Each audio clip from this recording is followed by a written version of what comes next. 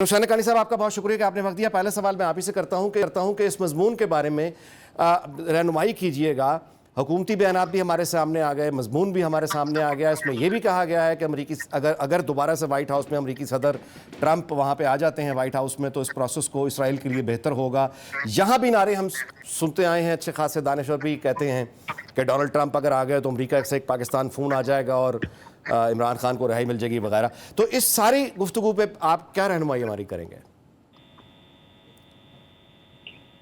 مجھے یہ لگتا ہے کہ وہ لوگ جو یہ سمجھتے ہیں اور جن کا یہ ایک اس سازشی نظریے پر یقین ہے کہ دنیا کو ایک یہودی گروہ جو ہے وہ اس دنیا کو چلاتا ہے، ان لوگوں کی یہ سوچ ہے کہ اس قسم کی باتیں کرنے سے وہ شاید عمران خان کی رہائی حاصل کر سکیں یا عمران خان کو دوبارہ اقتدار میں لا سکیں۔ یہ ایک مہم لگ رہی ہے، کیونکہ جب دو مضمون ایک جیسے آئیں تو پھر یہ لگتا ہے کہ یہ کوئی ایک کیمپین ہے، اور دونوں غیر معروف لکھنے والے ہیں اور ان کے مضامین اس طرح سے آنا، یہ لگتا ہے کہ برطانیہ میں بیٹھے ہوئے جو عمران خان صاحب کے بہت سارے وکیل ہیں، ان کے لابیسٹ ہیں، ان کے ایکٹیوسٹ ہیں، وہ ان مضامین کے پیچھے ہیں اور وہ یہ چاہتے ہیں کہ اس کو وہاں چھپوا کر کسی طریقے کے ساتھ حکومت پاکستان پہ یہ دباؤ ڈالا جائے کہ جی اسرائیلی لابی تو اب عمران خان کے پیچھے، اب تم اپنی خیر بناؤ۔ یہ تو ایک نقطہ نظر ہے۔ دوسرا ایک امکان یہ بھی ہے کہ عمران خان صاحب کے جو مخالفین ہیں وہ پاکستانی رائے عامہ کو عمران خان سے اتنا متنفر کرنا چاہتے ہیں کہ وہ واضح کر دینا چاہتے ہیں کہ بھئی دیکھو عمران خان کے بارے میں اسرائیلی یہ کہہ رہے ہیں، لیکن اسرائیلی میڈیا کا اس میں شریک بننا یہ ظاہر کرتا ہے کہ وہ واقعی عمران خان صاحب کی طرف ایک ٹلٹ کر رہے ہیں اور ان سے کچھ امیدیں باندھ رہے ہیں۔ لیکن حقانی صاحب، آپ کے خیال میں اسرائیل کی میڈیا میں اس طرح کے مضامین پبلش ہونا، اس سے کیا پاکستان میں عمران خان کو سیاسی فائدہ ہوگا؟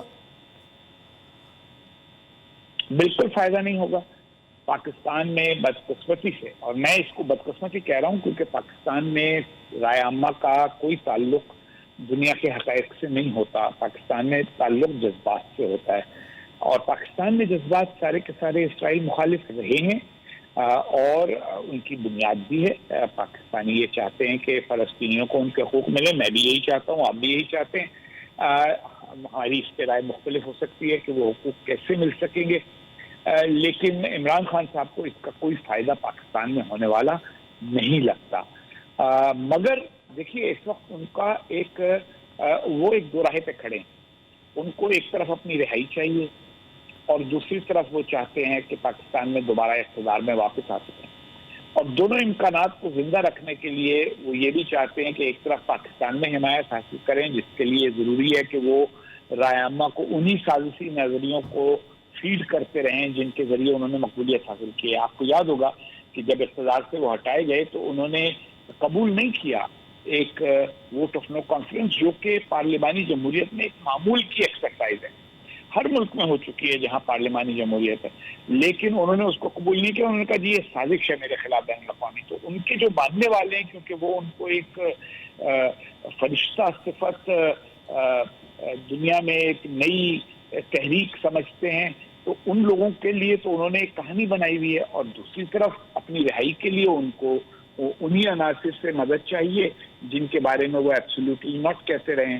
تو اس تضاد کی وجہ سے ان کو پاکستان میں تو کوئی سیاسی فائدہ نہیں ہوگا، اور میرا یہ خیال ہے کہ بین الاقوامی طور پہ بھی کوئی فائدہ نہیں ہوگا۔ حسین حقانی صاحب، وزیر اعظم کا جو دورہ ہے، ابھی وہ نیو یارک گئے ہیں، یونائٹڈ نیشنز کا جو اجلاس ہے وہاں پہ ان کی مختلف عالمی رہنماؤں سے ملاقاتیں بھی ہوں گی، امریکی صدر سے ممکن ہے کہ ان کی ملاقات ہو، تو اس سے کچھ لوگ بہت بڑی امیدیں بھی باندھے ہوئے ہیں۔ تو آپ کیسے دیکھیں گے اس دورے کو؟ یہ رسمی ملاقاتیں ہوں گی یا کوئی بریک تھرو ہو سکتا ہے؟ نہیں، یہ رسمی ملاقاتیں ہیں۔ دیکھیں، یاد رکھیں، پاکستان کا ہر سربراہ حکومت جاتا ہے اقوام متحدہ کی جنرل اسمبلی میں، 192 ممالک کے سربراہان آتے ہیں، ان کے اپنے اپنے میڈیا ان کو زیادہ کور کرتے ہیں۔ سوال یہ ہے کہ کیا شہباز شریف صاحب کی اس دورے کو نیو یارک ٹائمز توجہ دیتا ہے، واشنگٹن پوسٹ توجہ دیتا ہے، وال اسٹریٹ جرنل توجہ دیتا ہے، ٹائم میگزین توجہ دیتا ہے یا نہیں، یا اکانومسٹ توجہ دیتا ہے؟ اگر وہ نہیں ملتی تو پھر اس کا مطلب ہے کہ یہ روٹینی کارروائی ہے۔ مگر ایسا بھی نہیں ہے کہ اس کا کوئی فائدہ نہیں ہے. لوگوں سے ملنے میں اور ان کو اپنی بات باور کرانے میں کچھ نہ کچھ تو ملتا ہی ہے. اور میں بڑا ممنون ہوں فواد چودھری صاحب کا کہ ان کے خیال میں مجھ جیسا کوئی آدمی اگر حکومت کے نیریٹو بنانے میں مدد کر رہا ہو تو وہ ان کے بڑے مفید ہوگا. شکر ہے خدا کا کہ مجھے ایسا کوئی شوق نہیں ہے اس وقت. لیکن میں ان کی اس رائے سے بھی اتفاق نہیں کرتا کہ یہ حکومت پاکستان کا کام ہے. جیروسلم پوسٹ میں اگر حکومت پاکستان مضمون چھپا سکتی تو جب یہ وزیر اطلاعات سے تب بھی چھپا لیتے. یہ مجھے کچھ ایسا ہی لگتا ہے کہ یہ بیرون ملک مقیم لوگوں کا کام ہے, چاہے وہ پاکستانی ہو چاہے غیر پاکستانی.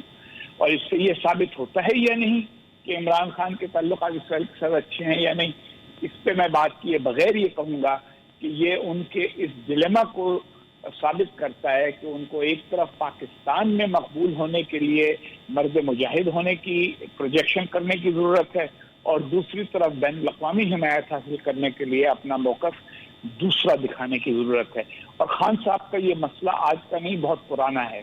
وہ جو لبرل سیکولر لوگ ہیں ان کے سامنے ہمیشہ یہ تاثر دیتے ہیں کہ دیکھو جی میں تو بڑا ماڈرن آدمی ہوں, آکسفورڈ کا پڑھا ہوا ہوں, اور دوسری طرف وہ جو گفتگو کرتے ہیں وہ ایاک نعبد و ایاک نستعین والی کرتے ہیں. تو اسی کی وجہ سے ان کے لیے ایک بہت بڑی سیاسی حمایت پیدا کرنے میں کامیابی بھی شامل ہے, لیکن یہی ان کا بہت بڑا مسئلہ بھی ہوگا. اگر کبھی ان کو دوبارہ رہائی مل گئی اور اقتدار میں وہ آ گئے تو ان کے لیے معاملات کو چلانا کچھ اتنا آسان نہیں ہوگا.